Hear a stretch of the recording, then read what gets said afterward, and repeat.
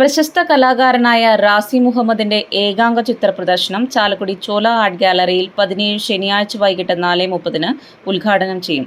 നവകലാമാധ്യമങ്ങളിലൂടെ സൃഷ്ടിച്ച 45ഓളം ചിത്രങ്ങളുടെ പ്രദർശനമാണ് നടക്കുന്നത്. I think therefore I am confused എന്ന പേരിലുള്ള ചിത്ര പ്രദർശനം സനീഷ് കുമാർ ജോസഫ് MLA ഉദ്ഘാടനം ചെയ്യും.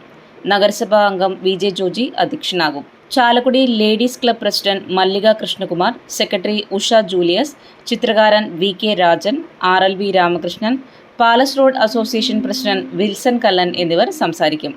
സംസ്ഥാന ചലച്ചിത്ര അവാർഡ് ജേതാവായിരുന്നു റാസി മുഹമ്മദ്. കവിയും കലാസ്വാദകനും ദ്രാവിഡിയ ആർട്ട് ഗാലറിയുടെ സ്ഥാപകനുമായ ഷിഹാബാണ് പ്രദർശനത്തിന്റെ ക്യൂറേറ്റർ. ഈ മാസം 20 വരെ പ്രദർശനം നടക്കുമെന്ന് വാർത്താസമ്മേളനത്തിൽ ആർട്ടിസ്റ്റ് സുരേഷ് മുട്ടത്തി, ആൻസൺ ആന്റണി, റാസി മുഹമ്മദ് എന്നിവർ അറിയിച്ചു.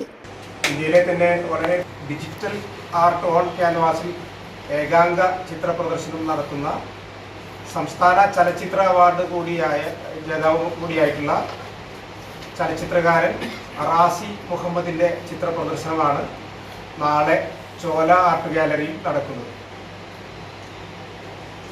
നവകലാ മാധ്യമങ്ങളിലൂടെ സൃഷ്ടിച്ച 4 കവിയും കലാസ്വാദകനുമായ ദ്രവീഡിയ ആർട്ട് ഗാലറിയുടെ സ്ഥാപകനുമായ ചിത്രകാരൻ കൂടിയായിട്ടുള്ള ഷിഹാബാണ് ഈ പ്രദർശനത്തിൻ്റെ ക്യൂറേറ്റർ.